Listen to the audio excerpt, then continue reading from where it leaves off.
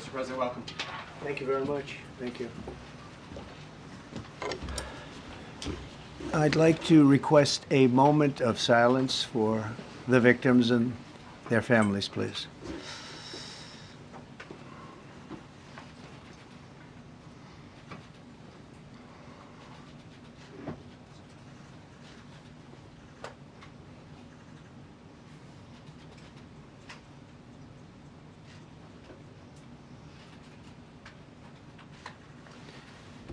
Thank you very much.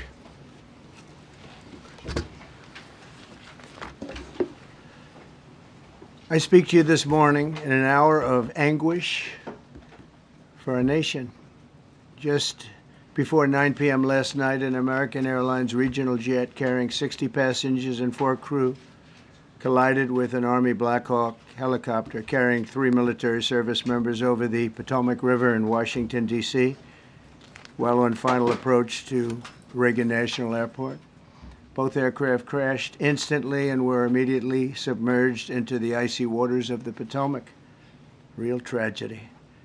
The massive search and rescue mission was underway throughout the night, leveraging every asset at our disposal, and I have to say the local, state, federal, military, including the United States Coast Guard in particular, they've done a phenomenal job.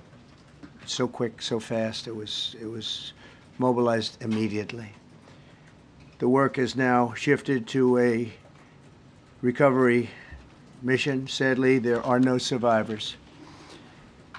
This was a dark and excruciating night in our nation's capital and in our nation's history, and a tragedy of terrible proportions. As one nation, we grieve for every precious soul that has been taken from us so suddenly, and we are a country of we are in mourning. This is really shaken a lot of people, including people, very sadly, from other nations who were on the flight. For the family members back in Wichita, Kansas, here in Washington, D.C., and throughout the United States and in Russia, we have a Russia contingent, some very talented people, unfortunately, were on that plane. Very, very, very sorry about that. Whose loved ones were aboard the passenger jet. We can only begin to imagine the agony that you're all feeling. Nothing worse.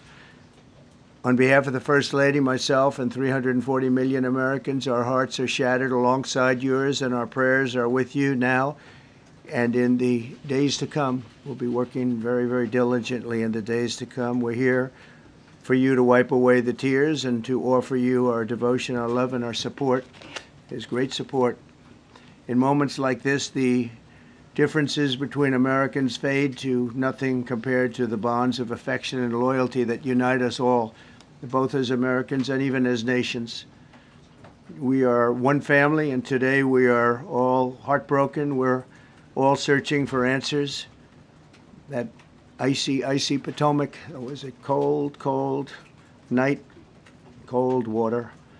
We're all overcome with the grief for many who have so tragically perished, will no longer be with us.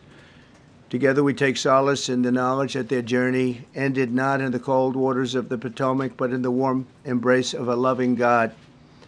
We do not know what led to this crash, but we have some very strong opinions and ideas, and I think we'll probably state those opinions now.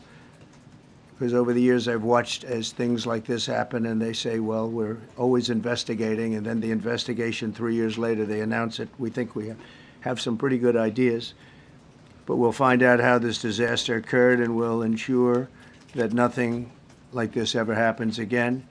The FAA and the NTSB and the U.S. military will be carrying out a systematic and comprehensive investigation. Our new Secretary of Transportation, Sean Duffy, his second day on the job when that happened. It's a rough one. We'll be working tirelessly. He's a great gentleman. The whole group these are great people, and they are working tirelessly to figure out exactly what happened. We will state certain opinions, however.